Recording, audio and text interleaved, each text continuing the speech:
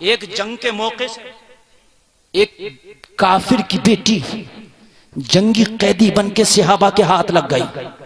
तवज्जो करना, बड़ी खूबसूरत लड़की थी। नबी की बारगाह में पेश किया गया, अर्ज किया गया का ये जंगी कैदी है, जंग में इसको पकड़ा गया है, इसके साथ क्या किया जाए? अये है कुर्बान जाओ मक्की आका पर, सुभान अल्लाह, कुर्बान जाओ मदनी आका पर। इंशा सीना तान के बोला करो हम मुसलमान हैं।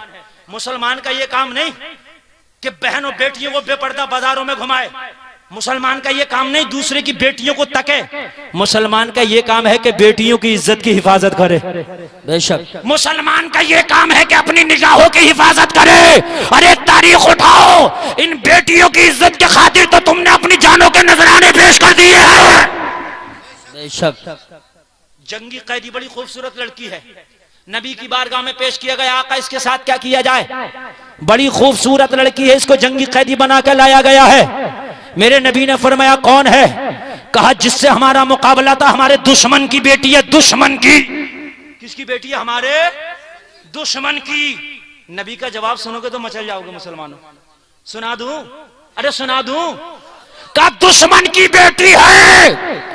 नबी ने फरमाया बेटी दुश्मन की हो या बेटी दोस्त की हो, बेटी बेटी होती है।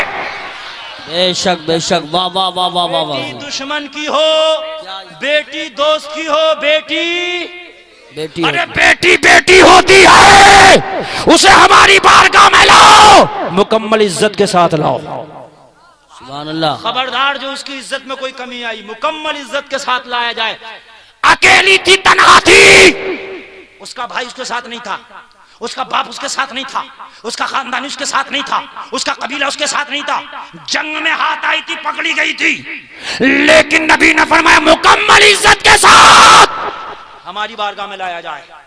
अये हाय हाय, अगर नबी के सच्चे गुलाम हो तो इस नबी के किरदार को देखना और इसको अपनाने का नाम सच्चा मुसलमान।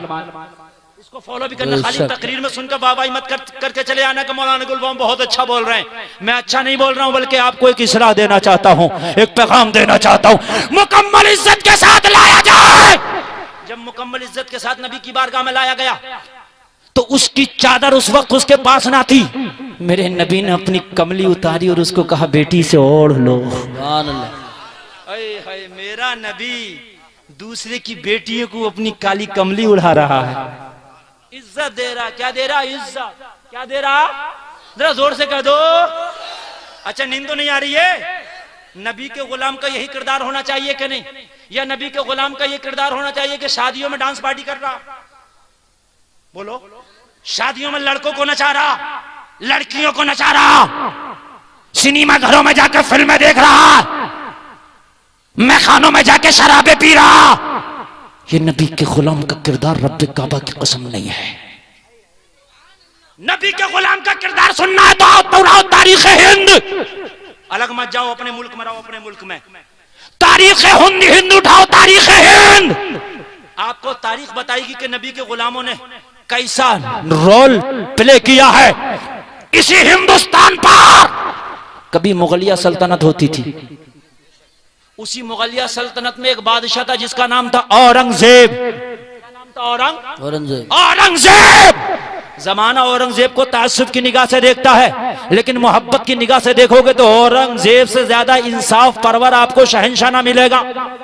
हक है। मैं तारीख पेश कर रहा हूँ। औरंगजेब ने बनारस में एक गवर्नर को भेजा, गवर्नर का नाम था इब्राहिम खान। तारीख पेश कर रहा हूँ।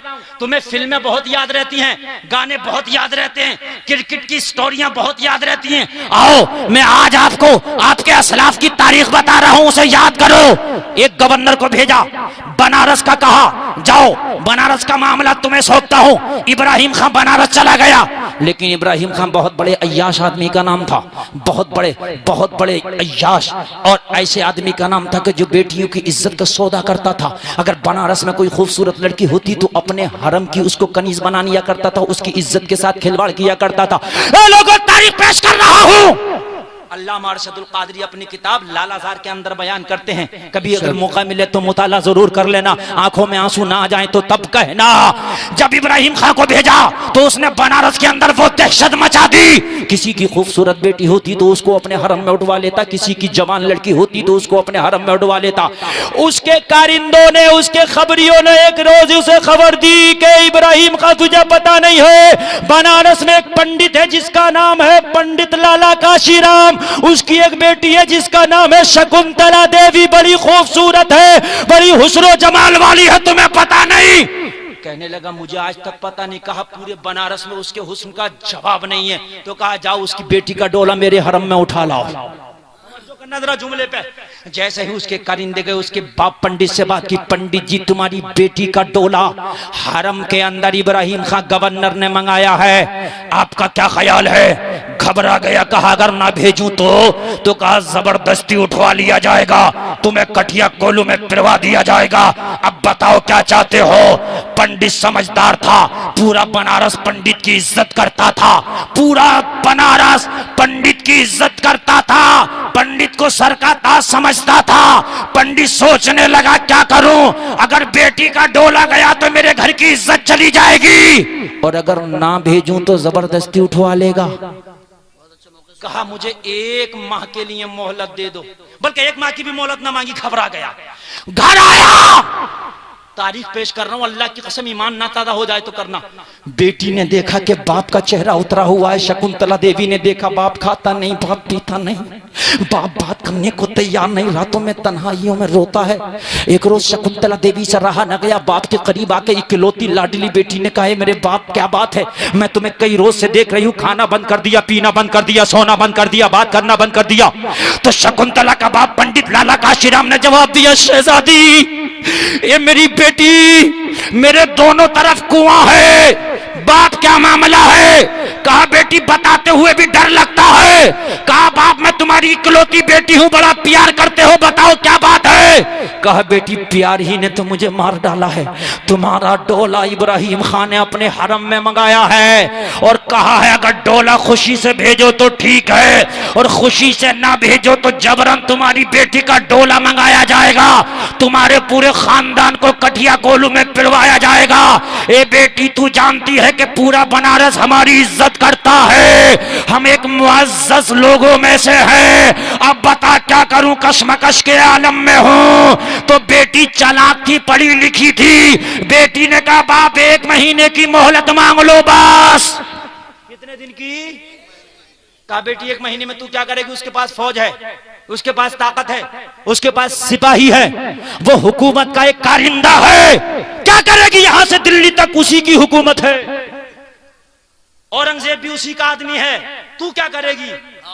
कहा बाप मैं कुछ ना करूंगी, मगर मुझे मजहब इस्लाम पे थोड़ा सा भरोसा है। सुभान अल्लाह, अरे जोर से कहो ना यार, सुभान अल्लाह, सुभान अल्लाह। बाप जो सच्चा मुसलमान होता वो ऐसा होता ही नहीं है, ये सच्चा मुसलमान नहीं लगता मुझे। तो कहा बेटी तुझे कैसे पता? कहा बाप मैंने इतना सुना है अपनी जिंदगी में कि जो मुसलमान होता है वो दूसरे की बेटियों की इज्जत लूटता नहीं बल्कि इज्जतों की हिफाजत करता है। सुभान अल्लाह, बहुत अच्छा। लुटती हुई इज्जतों की हिफाजत करता है। कान खोल के सुनना, पंडित को अपनी बेटी के बात जरा अच्छी लगी। कहा बेटी मुझे यकीन तो नहीं आता कि 1 महीने के बाद तू कुछ कर पाएगी, लेकिन अगर तू कह रही है तो मेरी लाडली तुझ पर तो तेरे बाप की जान कुर्बान है, चल मैं 1 महीने की मोहलत मांग लेता हूँ। इब्राहिम खां के दरबार में पहुंचा, और पहुंचने के बाद पंडित लाला काशीराम कहने लगा श्रीमान मैं आपसे 1 महीने की मोहलत चाहता हूँ, मेरी इकलौती बेटी है, मुझे बड़ा लाड़ो प्यार है, मैं चाहता हूँ कि अपनी बेटी का डोला बड़ी तैयारियों के साथ तुम्हारे दरबार में पेश किया जाए, बड़ी तैयारियों के साथ अपनी बेटी का डोला तुम्हारे हरम में पेश किया जाए, मेरी चाहत है कि 1 महीने की मोहलत दे दो। इतना कहना था, इब्राहिम खां की तो बाछें खिल गईं। अरे कहा मेरा तो मुद्दा पूरा हो गया, एक ही धमकी में पंडित मान गया। कहा पंडित ठीक है 1 महीने की मैं खुशी खुशी मोहलत देता हूँ, खूब तैयारियां करो, अगर माल और दौलत कुछ कम हो तो हमसे ले जाओ, लेकिन 1 महीने के बाद में डोला तुम्हारी बेटी का मेरे हरम में आ जाना चाहिए, उसके बाद 1 दिन की मोहलत ना दी जाएगी। पंडित जी ने कहा श्रीमान आपकी बात मुझे मंजूर है। पंडित वापस आ गया। बेटी ने कहा बाबा क्या मिला? कहा बेटी 1 महीने की मोहलत तो मिल गई, मगर अब क्या करेगी? बेटी ने कहा अब एक काम और कर दो, मुगलिया शहजादे का लिबास ला दो। क्या ला दो? मुगलिया शहजादे का लिबास ला दो। कहा बेटी ये तो मर्द का लिबास है, मर्द का लिबास क्या कह रही है? बाबा ये एक सीक्रेट मामला है, ये अंदरूनी मामला है, ये किसी पे ओपन नहीं किया जाएगा। ये आप जानते हो, मैं जानती हूँ, और मैं कहां जाऊंगी ये भी आपको नहीं बताऊंगी। 1 महीने तक मैं गायब रहूंगी, लेकिन 1 महीने के अंदर अंदर आ जाऊंगी, किसी को बताना नहीं है। माँ से बोली किसी को बताना नहीं है। माँ का कलेजा फट जाता था, ये मेरी लगते जिगर तू कहाँ जाएगी, तने तरह लड़की है। कहा लड़की जरूर हूँ, मगर जो कुछ मेरे दिमाग में आया है मुझे करने दो। बाप ने अपनी बेटी को एक मुगलिया शहजादे का लिबास ला दिया। बेटी बोली एक घोड़ा और ला दो। तारीख पेश कर रहा हूँ, तारीख जो आपके अपने घर से पेश नहीं कर रहा हूँ, लालादार पढ़ना। बेशक यही बात, एक घोड़ा और ला दो। ला दिया गया। कहा बेटी अब क्या करोगी? तो बेटी बोली रात के किसी हिस्से में मैं घोड़े के साथ निकल जाऊंगी, घोड़ा लेकर उस पर सवार होकर निकल जाऊंगी। कहाँ जाऊंगी ये नहीं बताऊंगी, किसी को बताना नहीं है बेटी कहाँ है। 1 महीने के अंदर अंदर वापस आ जाऊंगी, लेकिन 1 महीने तक किसी को नहीं बताना है। आए हाय जरा गौर करना, ये है इस्लाम के सपूत, ये है सच्चे मुसलमान, ये है नबी के गुलामों का किरदार। आज तुम्हारे ऊपर जमाना कालिक थोपने की कोशिश करता है कि मुसलमान गद्दार है। अरे मुसलमान की तारीख तो पढ़, तुझे पता चलेगा मुसलमान गद्दारी का नाम नहीं, मुसलमान वफादारी का नाम है। और एक बात सुन लो, ये बात भी गुलफाम आपको सरे मेंबर बता देना चाहता है, जो दूसरों की बेटियों की इज्जत लूटते हैं, जो छोटे छोटे बेगुनाह बच्चों को मारते हैं, जमाने में दहशतगर्दी फैलाते हैं, उनका इस्लाम से कोई ताल्लुक नहीं है। वो जाहिरी मुसलमान तो है, मगर अल्लाह की कसम वो सुन्नी मुसलमान नहीं है। वो वहाबी तो हो सकता है, मगर रजा का गुलाम नहीं हो सकता है। बहुत खूब, बहुत खूब, बहुत अच्छा। कान खोल कर सुन लीजिए, रजा का गुलाम कभी आतंकवादी नहीं हो सकता है, कभी दहशतगर्द नहीं हो सकता है, कभी बेटियों की इज्जत लूटने वाला नहीं हो सकता है। रात के किसी हिस्से में शकुंतला देवी घोड़े पे सवार होके अपने घर से फरार निकल गई, कहीं चली गई। बाप खामोश है, दिल तो धड़क रहा था, माँ खामोश है, दिल तो धड़क रहा था। ये सफर करते करते करते करते दिल्ली आ गई। कहाँ गई? बनारस से दिल्ली आ गई। जुमे का दिन था। शाही मस्जिद जो आज भी पुरानी दिल्ली के अंदर मौजूद है, जिसे मस्जिद शाहजहानी कहा जाता है, इसकी सीढ़ियों पर फकीरों का, मांगने वालों का, हाजत ज़दा का तांता लगा हुआ था। जुमे की नमाज औरंगजेब इसी मस्जिद में अदा करता था, और जब नमाज जुमा पढ़ के आता था तो सारे लोग अपनी अपनी दरखास्तें पेश करते थे, अपनी अपनी मारूजात रखते थे। सीढ़ियों पर लोगों का तांता लगा रहता था। ए लोगों, बड़े बड़े अमीर अपनी डोली और पालकियों में बैठ के मस्जिद शाहजहानी में नमाज जुमा अदा करने आ रहे थे। जब जुमा की नमाज से फारिग हुए तो कान खोल के सुनना, औरंगजेब जैसे ही मस्जिद से बाहर निकला तो मस्जिद की सीढ़ियों पर हाजतमंदों का तांता लगा था। अपनी अपनी हाजतें पेश कर रहे थे, अपनी अपनी दरखास्तें पेश कर रहे थे। सबसे लास्ट वाली सीढ़ी पर, सबसे आखिरी सीढ़ी पर एक मुगलिया शहजादा खड़ा था। बादशाह ने जैसे ही निगाह उठाई, निगाह उठाते ही नीची कर ली, और नीची करके अपने कारिंदों से कहा, बादशाह ने, इसको मेरे खास रूम में ले जाओ, शाही महल में ले जाओ। उसको शाही महल में ले जाया गया।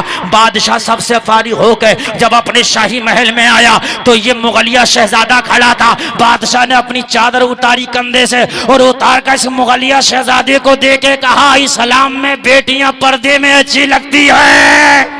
हाय हाय हाय, सुभान अल्लाह, विलायत, सुभान अल्लाह, वाह वाह वाह। इस्लाम में, मजहब इस्लाम में बेटियां पर्दे में अच्छी लगती है। ए बेटी मेरी चादर ओढ़ ले। ये हैरत में पड़ गई, तुम्हें कैसे पता मैं बेटी हूँ? मैं तो मुगलिया शहजादे का लिबास पहने हूँ। कहा इस्लाम के जो फर्जंद होते हैं वो अच्छी तरह जानते हैं। तुम्हारी निगाहें बता रही थी तुम बेटी हो, और किसी मजबूरी में यहाँ आई हो। ए बेटी, पहले मेरी चादर ओढ़ लो। बेटी कह दिया, अब बताओ कौन हो? इतना कहा तो आंखों में आंसू आ गए। अल्लाहु अकबर, अल्लाह। कहा, ए बादशाह, मैं आपके सामने एक फरियाद लेके आई हूँ। वो फरियाद ऐसी है कि सुनोगे तो दिल फट जाएगा। कौन हो? कहा, मैं पंडित मैं बनारस के पंडित लाला काशीराम की बेटी शकुंतला देवी हूँ।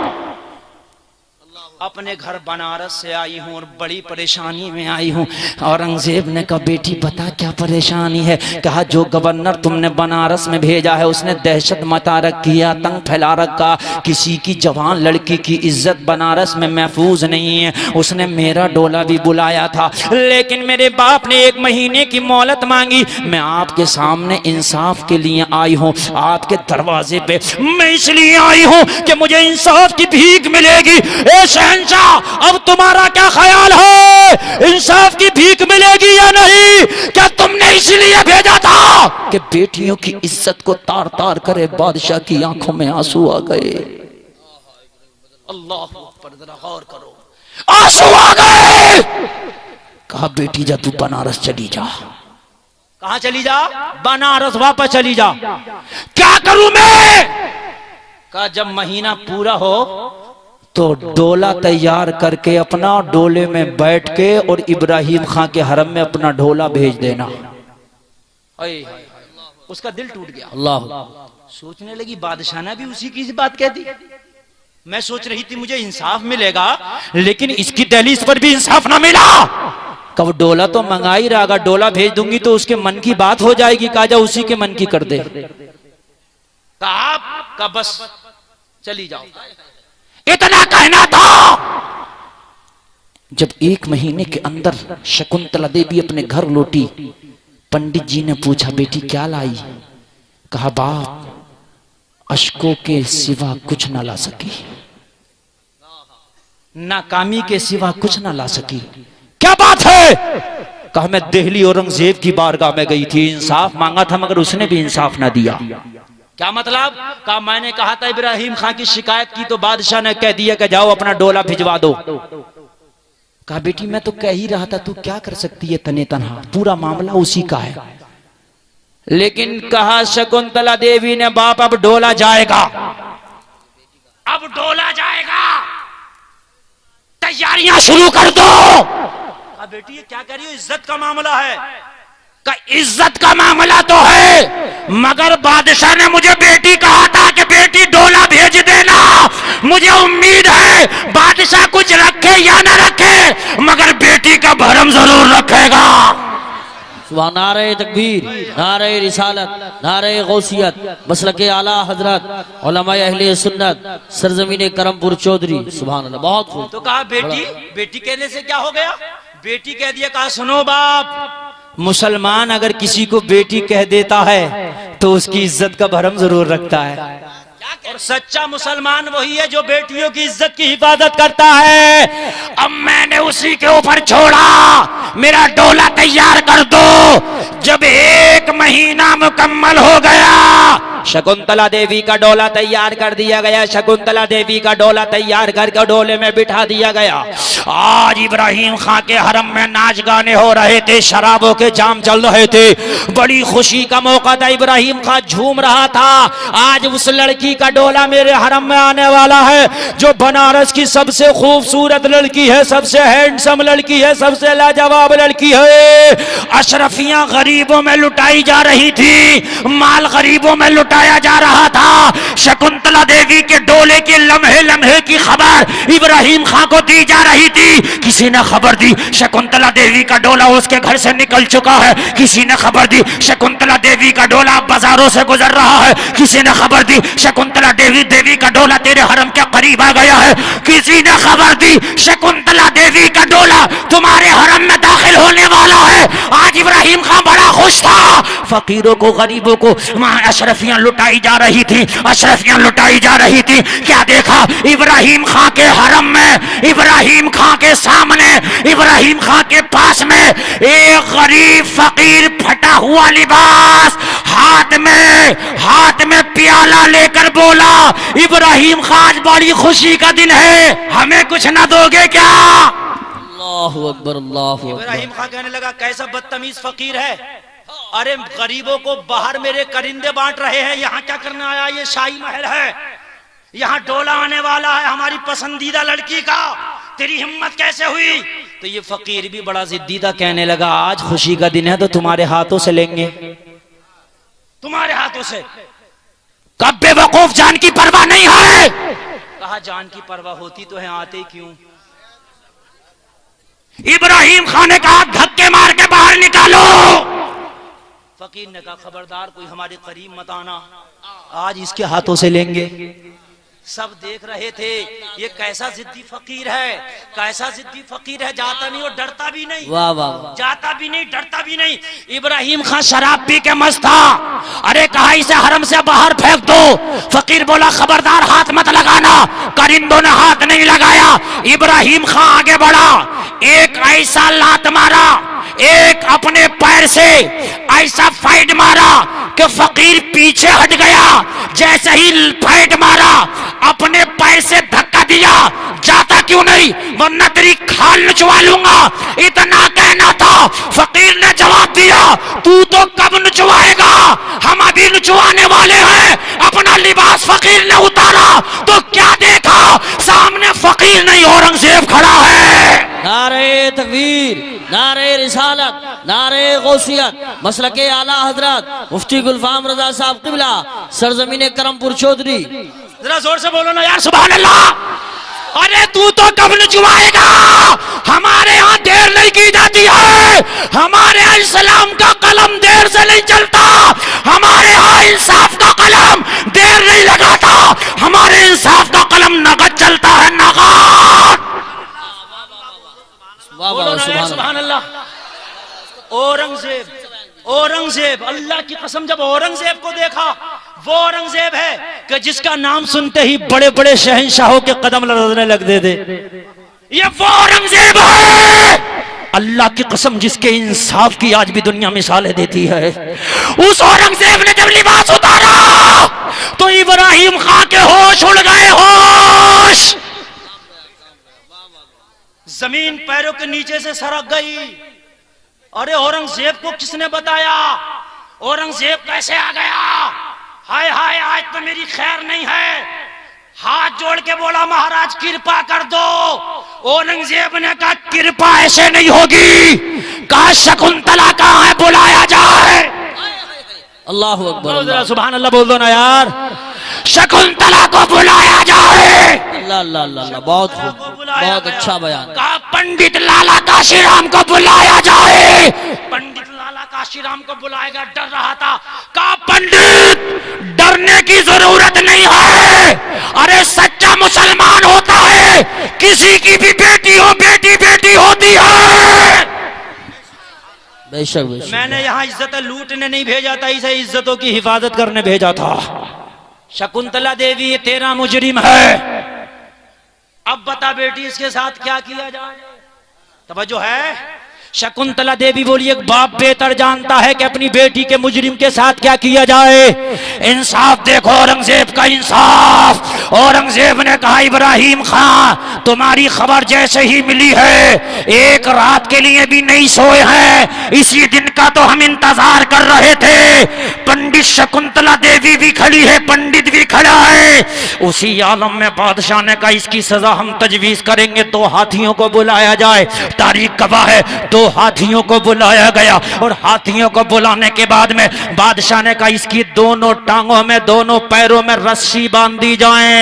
इब्राहिम खान के दोनों पैरों में रस्सियां बांध दी गई और बांधने के बाद दोनों रस्सियां हाथियों की पीठ में बांध दी गई।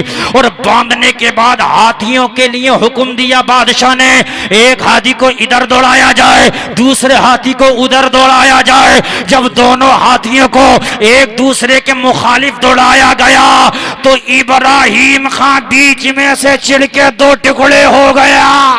हाय हाय हाय, वाह वाह वाह वाह वाह, सुभान अल्लाह। यही जैसे ही 2 टुकड़े हुए बादशाह के चेहरे पे मुस्कुराहट आई। शकुंतला देवी को गले लगा के औरंगजेब ने कहा बेटी क्या तेरा इंसाफ हो गया? शकुंतला देवी कदमों पे गिर गई। कार इस्लाम ने ऐसे ऐसे फर्जंद पाले हैं, ए बादशाह मैं तेरे इंसाफ की कायल हो गई हो।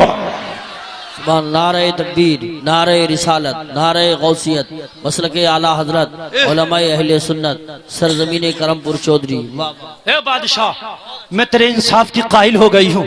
बेशक। कहा बेटी कान खोल के सुन ले, कोई बादशाह नहीं होता, कोई रियाया नहीं होता।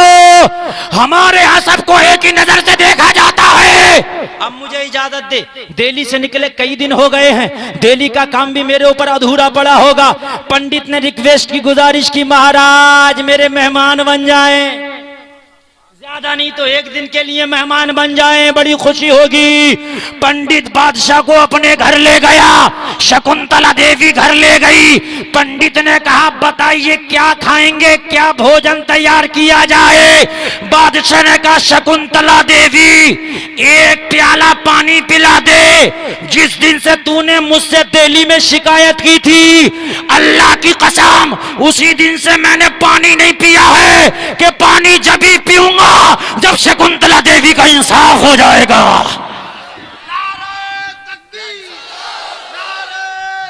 या रसूल, या गौस, जिंदाबाद, सुभान अल्लाह। जब इंसाफ हो जाएगा बेटी, जब भी पानी पीऊंगा, तेरा इंसाफ कर दिया है, मुझे एक प्याला पानी पिला दे। शकुंतला देवी ने पानी पिया। ये लोगों गौर करना, वही नमाज पढ़ी शहंशाह ने और चला गया। जरा गौर करो, ये है नबी का गुलाम, ये है नबी का गुलाम। हाँ, नबी का गुलाम ये है। और एक पीतल की, एक तांबे की या पीतल की तख्ती पर जब नमाज पढ़ ली तो पंडित ने कहा अब इस जगह को मेरे लिए यूज करना जायज नहीं है जहां आपने नमाज पढ़ ली है शहंशाह का। किस लिए? अरे कहा ऐसा पवित्र शहंशाह ना देखा मैंने। आपने मेरे घर में नमाज पढ़ ली, जहां नमाज पढ़ी है अब इसे यूज नहीं करूंगा, फिर क्या करोगे? कहा यहां मस्जिद बनाऊंगा। सुभान अल्लाह।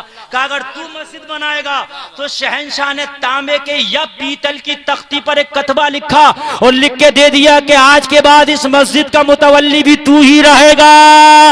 नस्लिन बादा नस्लिन, उसी मस्जिद की हिफाजत आज भी उसी खानदान को दी गई है। वही खानदान उस मस्जिद की हिफाजत कर रहा है। ये लोगों, ये है फरजंदान इस्लाम, ये है सच्चा मुसलमान। अगर मैदान महशर में नबी को चेहरा दिखाओगे ये यकीन है तो अल्लाह की कसम जिंदगी में किसी की बेटी को गलत निगाह से मत देखना। अगर सच्चे मुसलमान हो, अगर कोई बेपर्दा निकले तो अपनी निगाहों को झुका लेना। अल्लाह सुभान अल्लाह। जरा जोर से। बहुत अच्छा बयान हो गया। अरे हो जाएगी। आप लोगों को ये अच्छी लग रही है बातें कि नहीं लग रही? देखिए ऐसा होगा, हक बात कभी कभी कड़वी लगती है, लेकिन अल्लाह की कसम अगर हम ना कहेंगे तो कौन कहेगा? हम ना कहेंगे तो बहुत जरूरी है। हजरत फातिमा के मकान पे आई के दावत देना चाहती हैं तो फातिमा ने कहा अली से पूछे। माशाअल्लाह, याद है, याद है? अली ने फरमाया फातिमा पहले नबी से पूछे। नबी से मालूम किया गया, नबी ने इजाजत दे दी। भैया उठ के ना जाओ तो बहुत अच्छा, आप कोई उठ के ना जाए, वरना तकरीर तो मैं खुद ही मुकम्मल करने वाला हूँ। मैं भी इतनी लंबी तकरीर करने वाला नहीं हूँ, आप समझ रहे होंगे। मुझे शौक नहीं है, मैं रोजाना तकरीरें करता हूँ, कहीं और कर लूँ। अल्हम्दुलिल्लाह। आप मोहब्बत से सुन रहे तो मैं सुना रहा हूँ, वरना तकरीरें मैं रोज करता हूँ, 2-2, 2.5 घंटे बोलता हूँ। आप नहीं सुनना चाहते कहीं और कर लूंगा, लेकिन अगर सुनना चाहते हो तो मोहब्बत से सुनिए। रोजाना इस तरीके की मैं तकरीरें नहीं करता हूँ। अल्लाह की कसम आज जिगर पेश कर रहा हूँ, मैं अपना दर्द पेश कर रहा हूँ, दर्द। ये लोगों, तुम कहां बहते चले जा रहे हो? तुम कहां, तुमने ये मगरबी कल्चर अपने घरों के अंदर बना लिया है। अरे अपने घरों के अंदर इस्लामी कल्चर पैदा करा। इजाजत मिल गई भैया, इजाजत मिल गई, इजाजत मिल गई। हजरत फातिमा ने इजाजत मिली तो दावतनामा कबूल कर लिया। क्या कर लिया? दावतनामा कबूल कर लिया। कहा जब शादी आए तो पालकी ले आना, हम जाएंगे तुम्हारी शादी में। सुभान अल्लाह। जब शादी का दिल करीब आया, शादी की खुशी कम थी यहूदियों को, और नबी की बेटी की मजाक बनाने की खुशी ज्यादा थी। कहा तुमने देखा जब दावतनामा देख आई तो फातिमा का लिबास कैसा था? कहा 72 पैमंद वाली चादर थी। हाँ, कहा वही ओढ़ कर आएंगी, मजाक बनाने का मौका मिलेगा। जैसे ही दावत में जाने का वो करीब आया तो नबी की शहजादी ने मुसल्ला बिछाया, सजदे में सर जाके बोली, मौला आज तक नबी की बेटी ने तुझसे कुछ मांगा नहीं है, मगर तू जानता है कि ये 72 पैमन वाला चादर फातिमा के पास है। अगर इसी चादर को ओढ़ के फातिमा उनकी शादियों में पहुंची तो उनकी औरतें मजाक न बनाने लगे। तुझे तेरे नबी का वास्ता फातिमा के लिबास का इंतजाम कर दे।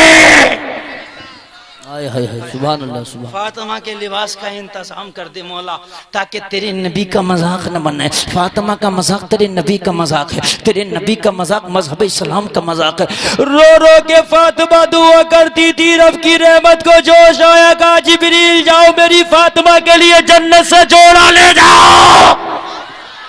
अरे जरा जोर से बोलो ना यार, सुभान अल्लाह, सुभान अल्लाह। जन्नत से जोड़ा आ गया, जन्नत से जोड़ा आ गया। अगर आज जन्नत से जोड़ा किसी के लिए आ जाता है, जन्नत तो बहुत बड़ी बात है। जन्नत की बात कर रहे हो। अगर बड़े शोरूम से, बरेली के बड़े शोरूम से कोई जोड़ा ले आना हमारी कोई बहन, तो पहन के जब तक पूरी शादी में घूम घूम के सबको दिखाना देगी, जब तक दिल सुकून से ना होता। सबको दिखाती है, सबको घूम घूम के कि मेरा जोड़ा देख, मेरा जोड़ा, उसकी झमक देख, इसकी चमक। कितने का? 15,000 का है। बड़ी फुरफुराती फिरेगी, फुरफुर फुरफुर। ये पता नहीं है कि अल्लाह ने ये जोड़े दिखाने के लिए पैदा नहीं किया है, सजदे में सर झुकाने के लिए पैदा किया है। जोड़े झुकाती भी जोड़े। हाँ, और आजकल एक मामला और चल रहा, मेहंदियां लग रही हैं यहां तक, और वो आस्तीनें हैं यहां तक। समझ रहे हैं आप? फैशन देखो। और हाथ शादी में ऐसे करे फिर रही है, ऐसे करके, मेरी मेहंदी देख लो, मेरी मेहंदी। समझ रहे हैं आप? हाथ ऊपर को है, हाथ नीचे को नहीं आ रहे, ऊपर ही ऊपर ढूंढा, ऊपर को है, मेरी मेहंदी देख लो। अरे आप, अगर शादी होगी तो पूरी रात मेहंदी लग रही है, पूरी रात मेहंदी लग रही है, मेहंदी लग रही है। बेहयाई की भी हद हो गई है। ये मेहंदियां किसे दिखाना है? अगर अपने शोहरों के लिए मेकअप करना है तो करो, गैरों के लिए मेकअप करना हराम है। बेशक। आ रही है कि नहीं आ रही है? हराम है, हराम। अब तो ब्यूटी पार्लर चल रहे हैं, मर्द दाढ़ियां छिलवा रहे हैं, ये भौहें छिलवा रही हैं।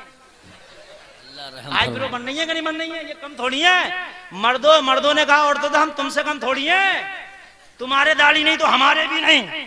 छिलवा रहे, रेजर ला रहे हैं बढ़िया वाला के, सही करके चिकना कर। और जब उसने कर दिया तो करा फिटकरी का जरा डेला भी फिरा दे। इतना मोटा फिटकरी का डेला फिरवा रहा चिकना करने के लिए, बहुत बहुत फिर रहा। कह रहा जरा पानी लगा ले, पानी लगा के बड़ा खुश हो रहा। कहाँ गया था? बोला शेप बनवाने गया था। बनवाने गया था कम वक्त, ये बिगड़वाने गया था। तो और तो बोली हम क्या तुमसे कम है क्या? अगर तुम मुड़वा सकते हो, तुम दाढ़ियां मुड़वा रहे हो, तो हम भौहें मुड़वाएंगे। मन नहीं है, किसी की पतली है, किसी की टेढ़ी है। मन के अच्छा, समझ रहे हैं? कोई किसी से कम नहीं है। यहाँ तक कि आस्तीनें पहने फुरफुराती फिर रही है, बड़ी खुश है। मैं कब हुआ फिर रहा, बड़ी खुश है। समझ रहे हैं आप? शादी में खाना कम है, दिखाना ज्यादा। कहीं शादी हो तो खाना कम, दिखाना ज्यादा। वहां जाके बैठेगी कम वक्त, जहां पर आदमियों का निकलने बढ़ने का ज्यादा लिकास हो, वहां जाकर बैठेगी। समझ रहे हैं? हाँ। और चोंच लाल किए हुए ना, चोंच लाल होगी, लिपस्टिक लगा हुआ दिखा रही है, चोंच। हाँ, चोंच दिखा रही है। और ये पता नहीं है कि ये हराम है, हराम। बेशक ये हराम, सख्त हराम है। और इसके अंदर ऐसा केमिकल इस्तेमाल किया जाता है जो केमिकल ही हराम है। पानी पी रही है तो वो नाजायज चीज भी अंदर जा रही है। खंजीर की चर्बी से बनाया जा रहा है, वो जो लिक्विड होता है, लगाया जाता है, लिपस्टिक जिसे बोलते हैं। बड़ी खुश है। अगर नीला सूट पहन लिया तो बाजारों में ढूंढ रही है नीला ही नखून पॉलिश लूंगी, ताकि नखून भी नीले हो जाएं, जूता भी नीला ही लूंगी। अच्छा, और उसके बाद में दुपट्टा भी मेरा नीला ही हो, हर चीज नीली हो। तो मैंने कहा एक काम कर ले, बीएसपी का झंडा ओढ़ के चली जा, नीली नीली हो जाएगी। समझ रहे हैं आप? बात खत्म कर, बात है कि नहीं है? हाँ, काम ही खत्म, फ्री में काम है। और जब तू जाएगी तो सब कहेंगे कि बीएसपी के कार्यकर्ता आ रहे हैं। बड़ी खुश है, चोंच लाल किए फिर रही है, सबको दिखाए फिर रही है चोंच लाल। ये मुसलमानों कान खोल के सुन लो, अपनी बेटियों को समझा दो, मदीने में अपनी बेटियों को समझा दो कि हैदराबाद की सानिया मिर्जा पे नाज मत कर। अगर नाज करना है तो मदीने की फातिमा ज़हरा पे नाज कर। सुभान अल्लाह, सुभान अल्लाह, बहुत खूब। अल्लाह या रसूल अल्लाह, या गौस, जिंदाबाद जिंदाबाद जिंदाबाद। और आज का जमाना क्या है? लड़की जितनी बेपर्दा घूमती है, जमाना क्या कहता? बड़ी खूबसूरत है। खूबसूरत भी उसी को कहा जाता जो बेपर्दा है। अरे हाय, कैसा उल्टा जमाना आ गया है। जिसके आंगन में अमीरी का शजर लगता है उसका हर ऐब जमाने को हुनर लगता है। अगर मालदार की बेटी बाजार में बेपर्दा घूम रही है तो जमाना क्या कह रहा है, शॉपिंग कर रही है, एंजॉय कर रही है। और अगर गरीब की बेटी चली गई तो कहने बिगड़ गई, गरीब की बिगड़ गई, अमीर की शॉपिंग कर रही है, एंजॉय कर रही है। समझ में आ रही है? अगर गरीब की बेटी के सर पे दुपट्टा नहीं है तो बिगड़ गई, अमीर की बेटी बेपर्दा घूमती है तो कह रहे हैं इनका तो शौक है। हाँ, अमीर का बच्चा क्रिकेट खेल ले तो कह रहे हैं इनका तो भैया शौक का एक्सरसाइज हो रही है, और गरीब का बच्चा खेल लिया तो कह रहा बिगड़ गया ही। ये लोगों जुर्म एक तो सजा एक, निजामे मैं कदा कुछ इस तरह बिगड़ा है। ए साकी, उन्हीं को जाम मिलता है जिन्हें पीना नहीं आता। बात हो बात हो। उन्हीं को जाम मिलता है जिन्हें पीना नहीं आता, जिन्हें पीना नहीं आता, जिनके आंगन में अमीरी का शजर लगता है उसका हर ऐब जमाने को हुनर लगता है। कान खोल के सुन लो, इस्लाम की नजर में अमीर हो गरीब एक ही नजर से देखा जाए, एक ही नजर से देखा जाए। शादियों के अंदर अपनी बेटियों को समझा के भेजो। पहले तो ऐसी जगह अपनी बेटियों को भेजो ना जहाँ भीड़ भड़का हो, जहाँ बेपर्दगी हो, और भेजो भी तो अपनी बेटी को कह दो ये बेटी तुझे पर्दे की लाज रखनी है, तुझे फातिमा तो ज़हरा की गुलामी की लाज रखनी है, उनके कनीज होने की लाज रखनी है। ये बेटी तुझे कसम है अगर तूने शादी में बेपर्दगी की, आज की शादियां नहीं हो रही हैं, नंगे नाच नचाए जा रहे हैं, अगर शादियों में पर्दे के साथ बेटियां रहेंगी तो शादी में शांति रहेगी, और शांति रहेगी तो घर में आबादी रहेगी। बात हो बात हो। सुभान अंदर अल्लाह, सुभान बर्बादी नहीं होगी बल्कि शादी खाना आबादी हो जाएगी। बेशक नहीं हो बेशक, जाएगी। हक। ए लोगों कान खोल के सुन लो, बेटियों को पर्दा दे दो। ये अपनी बेटियों को नंगे नाच ना नचाओ, ऐसे ऐसे कपड़े ना पहनाओ। कपड़े ऐसे ऐसे चल रहे हैं पहनने वाली को शर्म नहीं है, देखने वाले को शर्म आ रही है। सही बात, सही बता रहा हूं मैं। वो सूट चल रहे हैं मच्छरदानी, जैसे मच्छरदानी पहन ली हो, पूरी आस्तीनें दिख रही है। हाँ, तो लड़के अल्लाह भी इन्हें भी सलाम। इन नौजवानों क्या कम समझ रहे हो? तो ये क्या कम है क्या? ये दो चूड़ी आ गए हैं उनसे। अच्छा, तुम अगर मच्छरदानी का पहनोगी तो पहले तो हम अपने कानों में टॉप्स पहनेंगे, छिदवाए बल्लम पहन लिए, पहने बाल बड़े रख लिए और बड़ा ज्यादा हिलाता हुआ, पीछे से देखने तो पता नहीं चल रहा जमील जा रहा है जमीला जा रही है। सही बात है, सही बात। पता नहीं चल रहा। बड़ा खुश है, बड़ा खुश है कि मैं वीआईपी हूँ। और औरतों ने तो ऐसे कपड़े पहने कि इनकी आस्तीनें दिख रही हैं। इसने पैंट ऐसी पहनी कि पैंट पीछे से लग रहा है कि निकल के गिर ना जाए। हाँ, उस पर जरूरी अभी खाना खा रहे थे हम, तो कारी यूसुफ साहब सम्मिली कह रहे थे कि अभी तो लड़के पैंट ऐसी पहन रहे हैं कि कूले दिख रहे हैं, कुछ दिनों के बाद पैंट सिर्फ परियों घुटनों तक पहनेंगे। ये हिस्सा सब बिल्कुल एकदम बाईपास रहेगा। बोले ऐसा आ सकता है? बोले पूछो इनसे, बोले ऐसा दौर भी आ सकता है। मैंने कहा किसी फिल्मी हीरो ने अगर पहन लिए तो पहन के ये भी छोड़ेगा। क्या अब्बा लट फेरे या अम्मा लट फेरे, मगर पहन के जरूर छोड़ेगा। जी जी। हाँ, बड़ा खुश है। कानों में छल्ले पहने, हाथों में वो पहना, बाल बढ़ाए और पैंट पहनना, देखने वालों को डर लग रहा। हाँ, पीछे से देख रहा, डर लग रहा निकल ना जाए। निकली निकली। हाँ, मतलब निकली निकली। अब निकली के कब निकली? बड़ा खुश है। और पैंचे इसके खिंचड़ ले शट्टर शट्टर। मैंने कहा अगर 2-4 मरतबा रास्ते से निकाल दो तो झाड़ू लगाने वाले की जरूरत नहीं, अकेले ही लगा देगा। वो वीआईपी बता रहा है अपने आपको, कह रहा मैं वीआईपी हूं, कि तुझसे एक मच्छर ना डर रहा, तू वीआईपी है। अरे वीआईपी तो मेरे नबी का गुलाम है। कौन है वीआईपी? तो मेरे नबी का गुलाम है। कौन? अरे दूर मत जा, अजमेर में चला जा। ये है मेरा नबी का गुलाम। बोला कौन? मन के जिसका नाम मोइनुद्दीन है, ये है वीआईपी। बोले कैसे? मन के तुझसे एक मच्छर नहीं डरता, तू अलाउट लगाता कि मच्छर भाग जाए, कछुआ छाप लगाता मच्छर भाग जाए। ये गरीब नवाज नबी का गुलाम है। अजमेर में जब राजा ने पैरा लगाया कि आना सागर का पानी बंद कर दो ख्वाजा बात, ख्वाजा ने अपने गुलाम को बुलाया कि जब मेरा कासा ले जा, आना सागर को ले आ। जैसे ही गुलाम गया, तुझे ख्वाजा ने बुलाया है। आना सागर ने कहा जरा मौका दे, अब तवज्जो करना। वीआईपी गुलाम ने बुलाया, जरा मुझे मीटिंग करने दे। जितनी भी बावड़ियां थी अजमेर की, जितने भी तालाब थे, नदी नाले थे, सबसे मशवरा कर लिया। ख्वाजा ने बुलाया, चलो। खाली मैं नहीं जाऊंगा। तारीख गवाह है, जब आना सागर का पानी ख्वाजा के प्याले में आया तो खाली आना सागर नहीं आया, बल्कि अजमेर के कुओं का पानी, नदी नालों का पानी सब ख्वाजा के प्याले में आ गया था। पूरा अजमेर का पानी खुश्क हो गया था। ये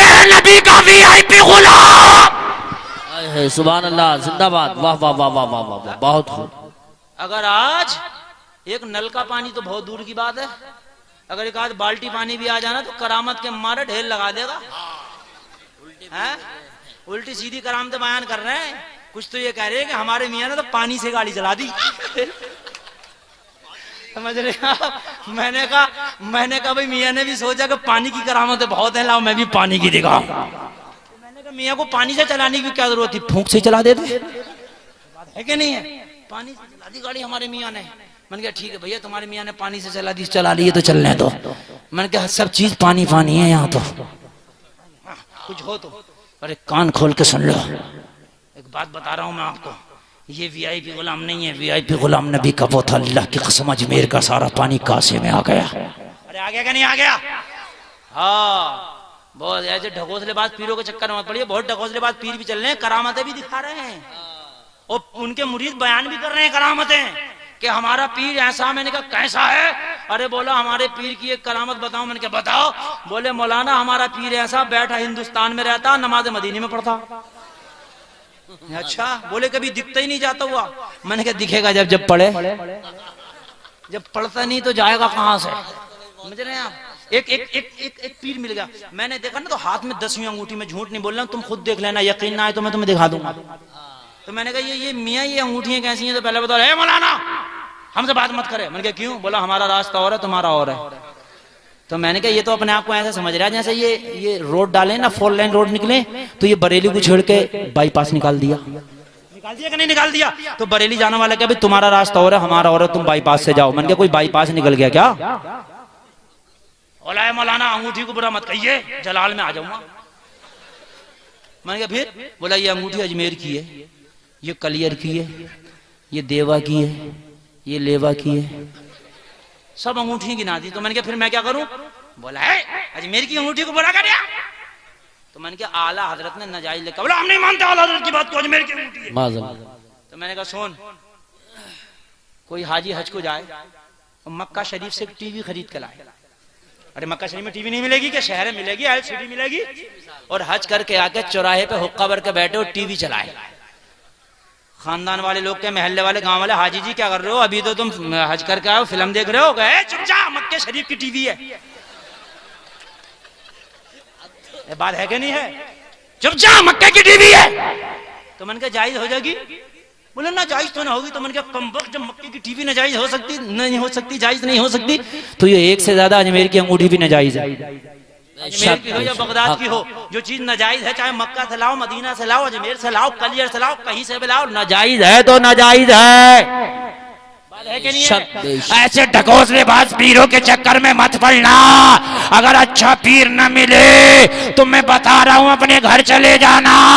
तेरे घर में एक तेरा सबसे बड़ा पीर है। अगर तेरी बूढ़ी माँ है तो उसकी खिदमत कर लेना, तेरा सबसे बड़ा पीर है। अगर बूढ़ी माँ ने दुआ कर दी तो तेरा बेड़ा पार हो जाएगा। नारे तकबीर, नारे रिसालत, नारे गौसियत, मसलक आला हजरत मुफ्ती गुलफाम रजा साहब किबला, सरजमीन करमपुर चौधरी इज्जत नगर बरेली शरीफ। बस भैया बहुत जल्दी मैं तकरीर खत्म कर रहा हूँ, बस बहुत जल्दी तवज्जो करना। जन्नत से जोड़ा गया, जन्नत से जोड़ा गया। नबी की शहजादी ने जन्नत का जोड़ा से बेतन फरमाया और 72 पैबंद की चादर अपने ऊपर से डाल ली, अपने ऊपर से ओढ़ ली। और जब डोली लेके यहूदियों की औरतें आई, ए फातिमा चलो, तो खातून जन्नत ऊपर से वही 72 पैबंद की चादर ओढ़े हुए है, उसी 72 पैबंद की चादर को से बेतन फरमाए हुए हैं और नीचे जन्नती लिबास है। फातिमा तो ज़हरा को मुकम्मल पर्दे के साथ पालकी में बिठा लिया गया और जब अपने घरों को ले जाया गया, औरतों का तांता लगा हुआ था, औरतें बैठी हुई थी, उन्हीं के दरमियान में डोली को रखा गया। फातिमा तो ज़हरा को जब डोली से बाहर निकाला गया, नबी की शहजादी है, 72 की पैमन की चादर ऊपर से ज़ेबेतन फरमाए हुए है। यहूदियों की बेटियां बैठी हैं, यहूदियों की बीवियां बैठी हैं, यहूदियों की औरतें बैठी हैं। जब खातून जन्नत जलवा बार हो गई, हजरत फातिमा तशरीफ फरमा हुई तो यहूदी यहूदियों की औरतों ने शुरू कर दिया, ये कौन मेहमानी है? कहा तुम जानती नहीं, ये नबी की शहजादी फातिमा ज़हरा है, शहंशाह कौनो मक्का की बेटी फातिमा ज़हरा है। तो सारी औरतें कहने लगी वैसे तो नबी की बेटी है मगर चादर 72 पैमान का ओढ़े है, वैसे तो नबी की शहजादी है मगर लिबास बड़ा पोसीदा है, लिबास बड़ा पुराना है। जरा मजाक बनाने लगी। खातूने जन्नत ने थोड़ा सा चादर का टुक्कू हटाया, जैसे ही जन्नत का लिबास नजर आया, उसकी चमक जब उनकी निगाहों पे लगी, आंखें चकाचौंध खा के रह गई। सबकी सब कहने लगी फातिमा, हमने ऐसा लिबास तो मदीने की मार्केट में नहीं देखा है, मदीने के बाजारों में नहीं देखा है, किसी शहंशाह की बेटी पर नहीं देखा है। ए फातिमा, ये लिबास कहां से आया? तो नबी की शहजादी ने जवाब दिया, ये लिबास स्पेशल मेरे खुदा ने जन्नत से मेरे लिए भिजवाया है। इतना कहना था। यहूदियों की औरतें कह रही थी जिसकी बेटी का ये मुकाम है कि जन्नती लिबास आ जाए, उसके बाबा इमामुल अंबिया का मकाम क्या होगा? सारी औरतें कहने लगी फातिमा बाद में होगी, पहले कलमा पढ़ा दो। सुभान अल्लाह, सुभान अल्लाह, वाह वाह वाह वाह वाह। आज फातिमा ने लिबास दिखाने नहीं पहना था बल्कि कलमा पढ़ाने पहना था। आज की माँ और बहनें लिबास पहनती हैं कलमा पढ़ाने नहीं बल्कि जमाने को दिखाने नहीं पहना था, कलमा पढ़ाने पहना था। कहा जब फातिमा बेटी की इज्जत का ये आलम है कि जन्नत से लिबास आ जाए तो बाबा रहमतुल लिल आलमीन का आलम क्या होगा कि मोहम्मद से वफा तूने तो हम तेरे हैं, ये जहां चीज है क्या लोहो कलम तेरे है। अस्तगफिरुल्लाह रब्बी मिन कुल्ली ज़ंबि व अतूबु इलैह। कलमा शरीफ पढ़ो, ला इलाहा इल्लल्लाह मुहम्मदुर रसूलुल्लाह व मा अलैना इल्लल बलाग।